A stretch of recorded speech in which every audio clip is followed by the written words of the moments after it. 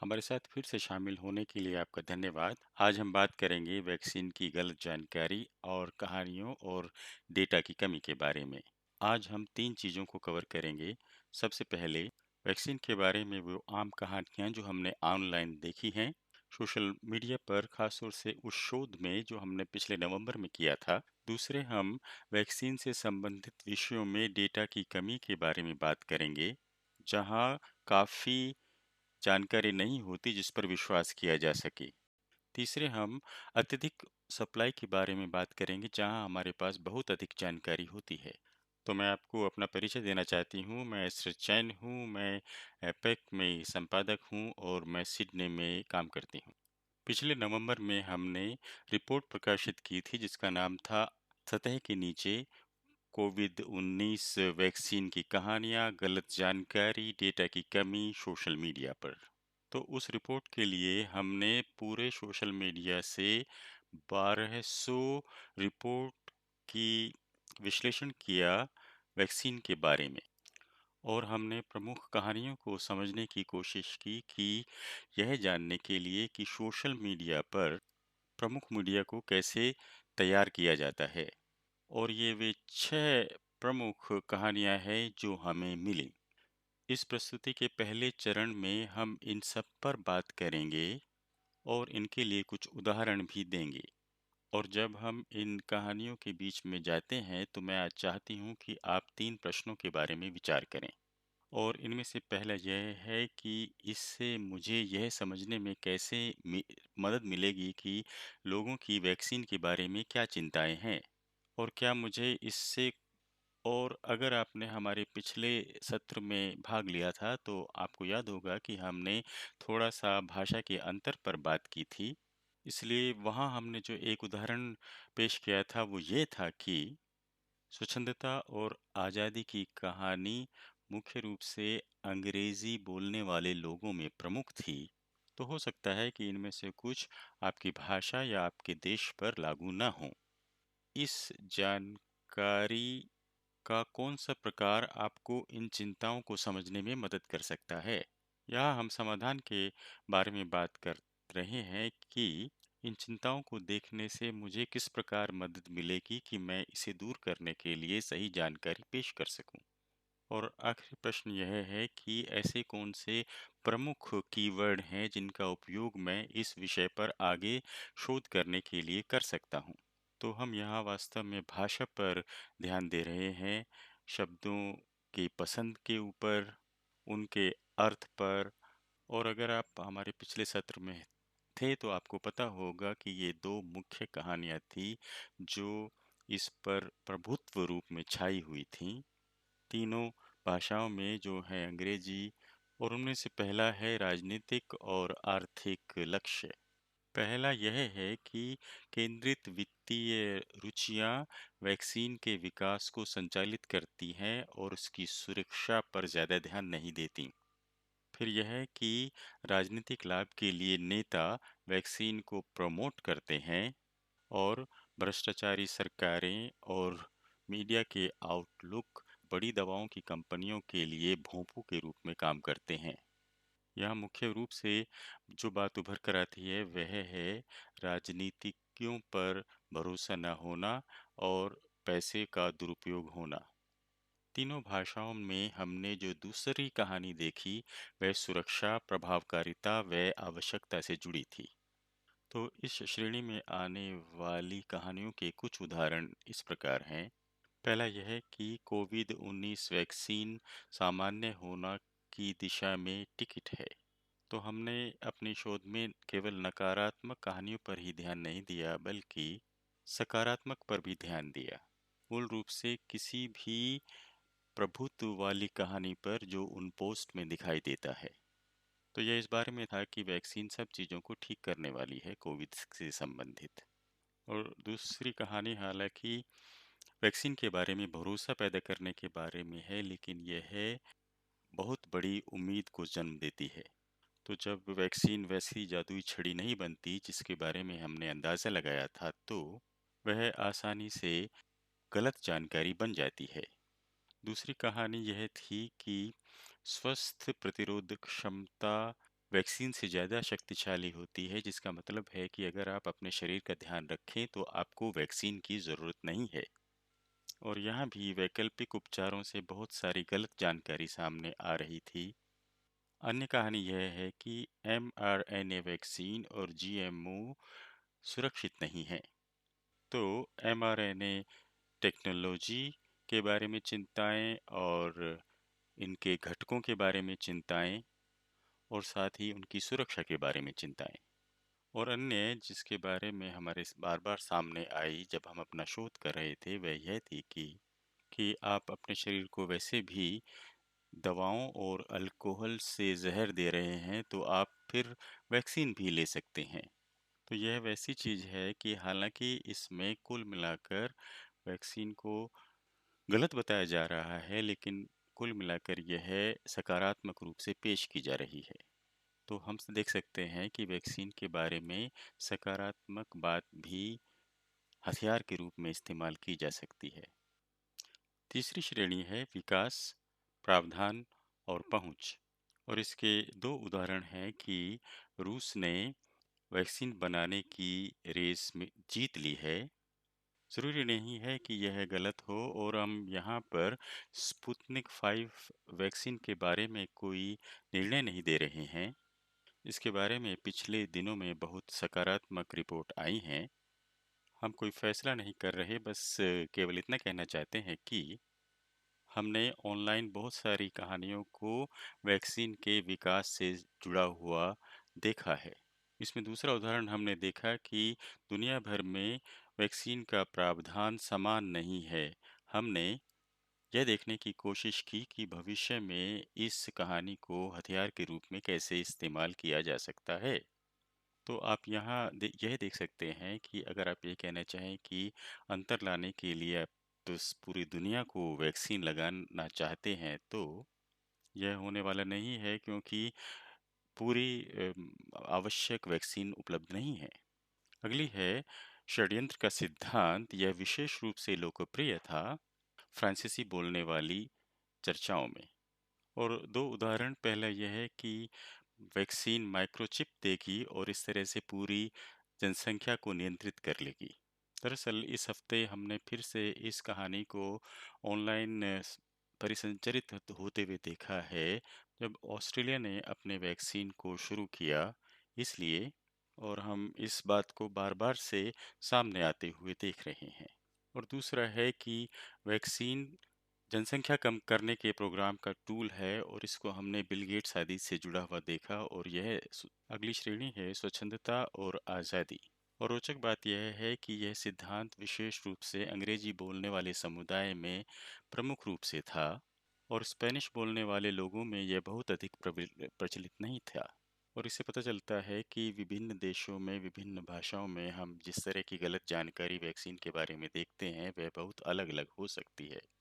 इसके उदाहरण है, यह मास्क से शुरू होती है, वैक्सीन तक जाती है और पूरे नियंत्रण पर ख़त्म हो जाती है।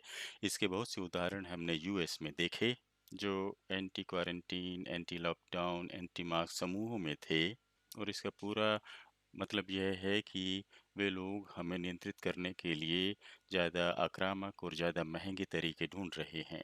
दूसरा उदाहरण यह है कि आवश्यक वैक्सीन हमारे आज़ादी के अधिकारों को नुकसान पहुंचा रही हैं।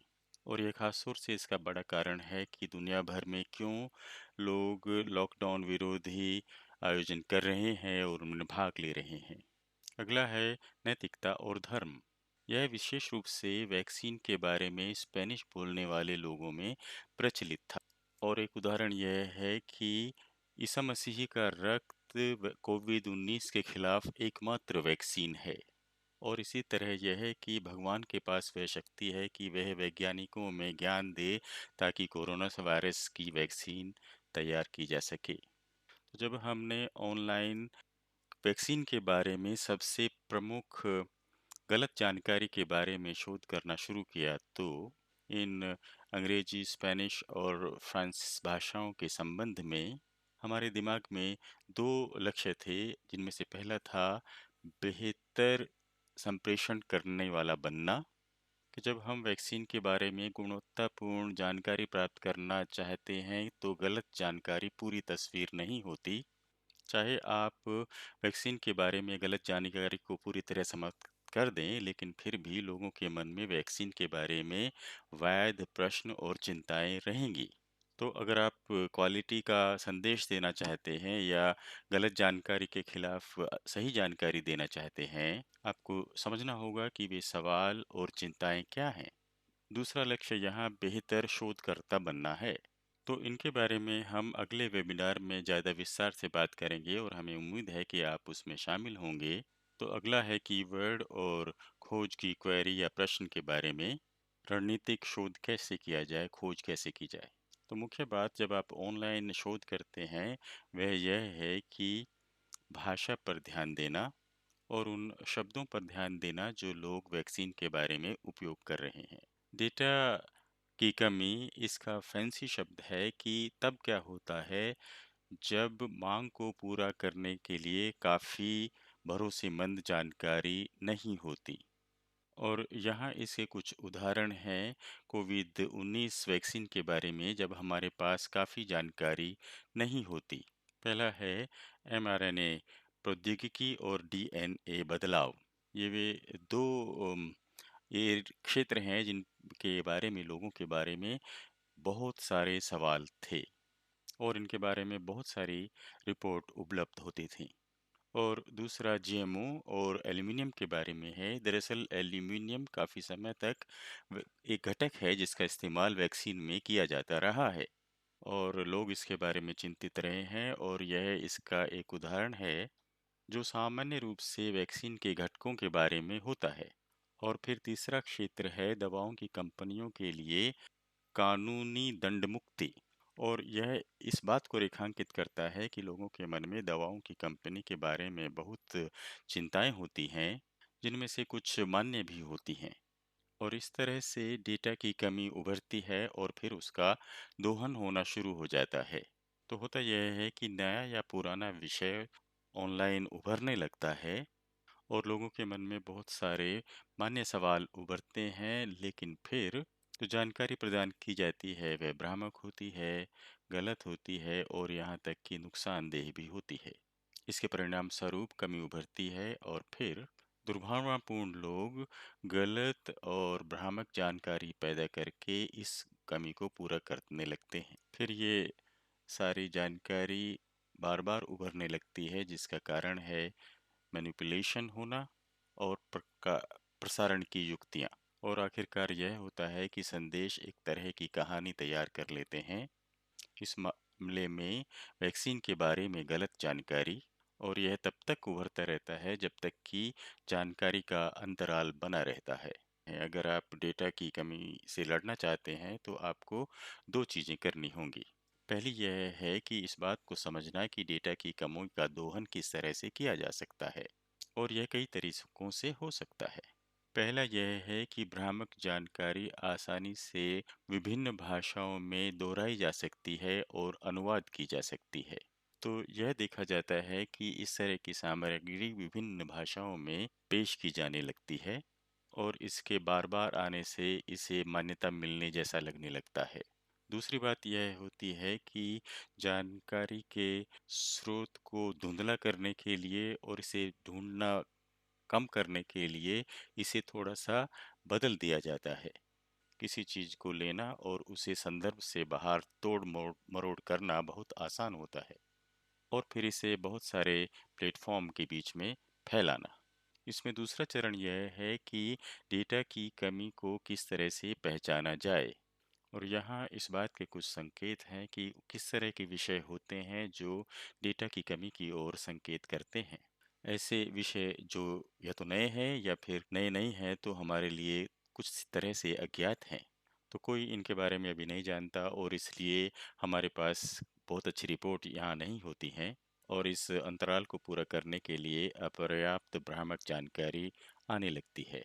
दूसरे विषय जो डेटा की कमी के परेशानी का कारण बन सकते हैं वे ये हैं कि ये तकनीकी रूप से जटिल होते हैं और यह ऐसी बात है जो हमने आमतौर से कोविड और वैज्ञानिक रिपोर्टों में देखा है, जो इस तरह के होते हैं कि आम लोगों को समझाने के लिए उन्हें रिपोर्ट करना बहुत मुश्किल होता है। अन्य संकेत यह है कि क्या यह जानकारी पहले से उपलब्ध भ्रामक जानकारी से जुड़ती है।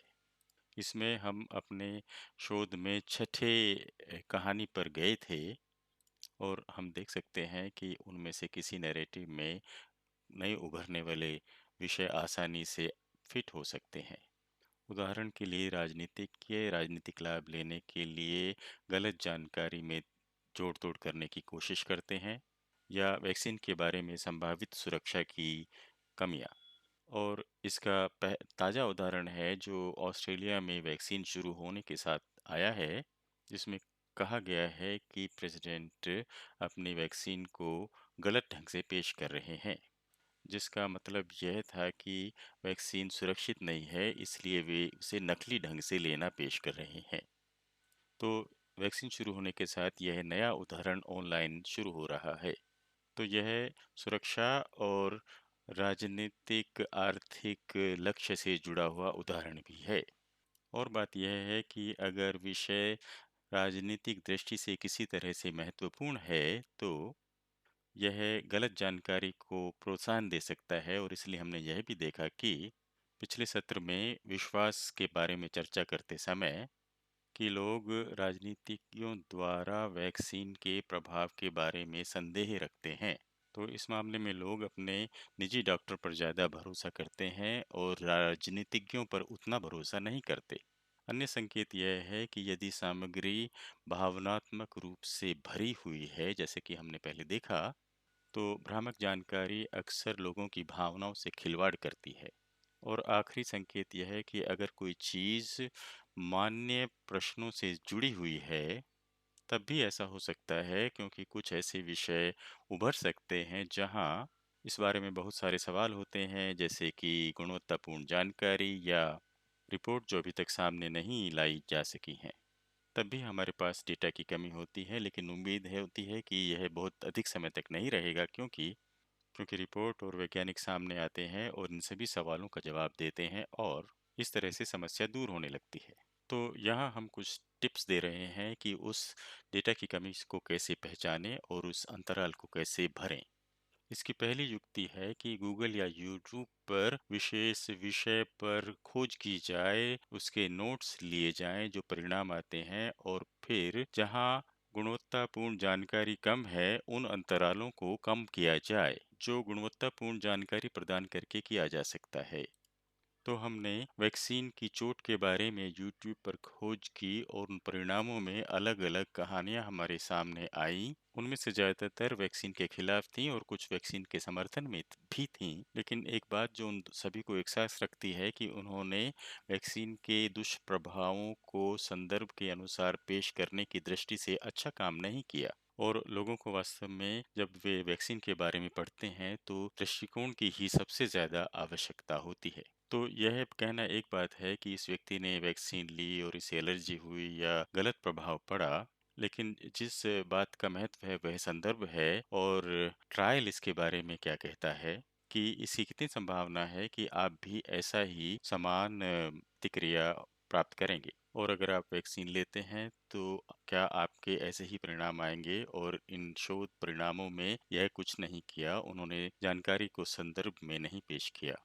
तो उन शब्दों के बारे में शोध करने से जो आप सोचते हैं कि लोग सोशल मीडिया पर खोज करने के लिए इस्तेमाल करेंगे, आपको उस अंतराल को समझने में मदद कर सकते हैं, और आप उससे उस अंतराल को भरने की कोशिश कर सकते हैं। दूसरी युक्ति है कि अपनी सोशल मीडिया उपस्थिति को बहुत बढ़ाएं।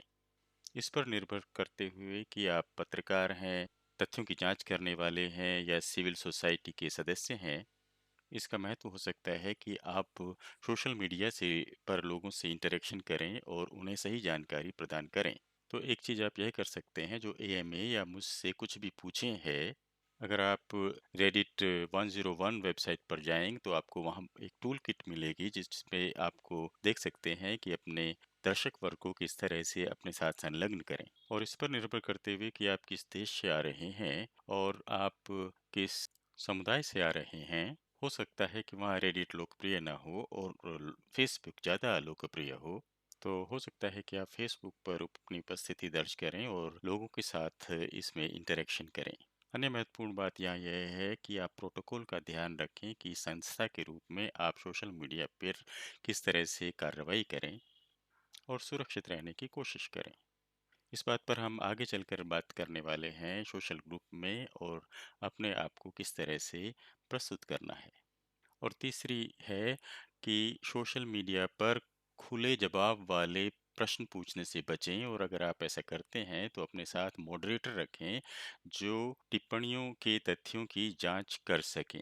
अगर आप यूट्यूब पर खोज करते हैं तो देखेंगे कि इस तरह के शीर्षक वहां आपको परिणामों में दिखाई देंगे, जैसे क्या corona virus vaccine Bell's palsy पैदा करती है, क्या कोरोना 19 वैक्सीन में बेल्स पल्सी का जोखिम है, क्या 4 में से 3 लोगों में बेल्स पॉल्सी विकसित हो गई जब उन्हें वैक्सीन लगाई गई। तो हम खुले जवाबों वाले प्रश्न पूछने से मना इसलिए करते हैं क्योंकि अक्सर सोशल मीडिया पर कमेंट्स के अनुभाग में बहुत सारी भ्रामक जानकारी होती है और चाहे आप वीडियो में सही जानकारी प्रस्तुत करने की कोशिश करने वाले हों, जब आप खुले जवाबों वाले प्रश्न पूछते हैं तो हो सकता है कि आप अपनी टिप्पणियों के अनुभाग में इस गलत जानकारी को फैलने से रोकने से न बचा सकें।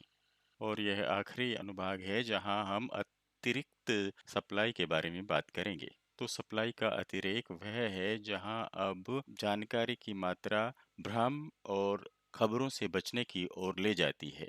यह अक्सर तब होता है जब किसी विषय के बारे में बहुत ज़्यादा मात्रा में जानकारी उपलब्ध हो जाती है, जो कोविड-19 और वैक्सीन के बारे में भी सही है।